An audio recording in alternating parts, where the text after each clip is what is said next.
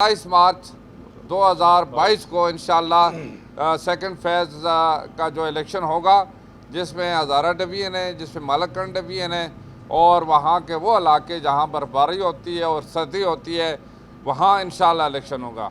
आज भी गवर्नमेंट की तरफ से ये था कि ये मई में कराया जाए। हालांकि इतना लेट करने का क्या मकसद है? हालांकि मार्च के बाद रमज़ान का महीना शुरू होता है, रमज़ान में भी लोगों को बड़ी तकलीफ़ होती है। हमने ये रिक्वेस्ट की थी कि रमज़ान से पहले हों और ये सर्दियां जो है वो कम हो ख़त्म हो सकें, तो एंड ऑफ द मार्च जो 27 मार्च है वो सही जो डेट थी और सही फ़ैसला है।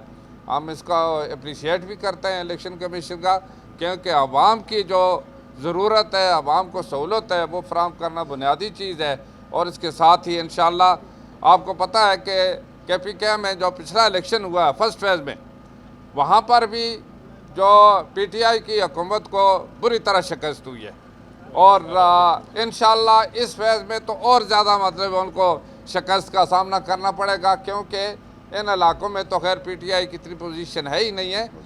तो हज़ारा डिवीज़न में या जो एक ज़िला हरीपुर में जो इलेक्शन हुआ है, वहाँ पर भी पाकिस्तान मुस्लिम लीग नून ने सीटें जीती हैं और हज़ारा डिवीज़न तो वैसे भी आपको पता है हमेशा से मुस्लिम लीग नून का गढ़ रहा है।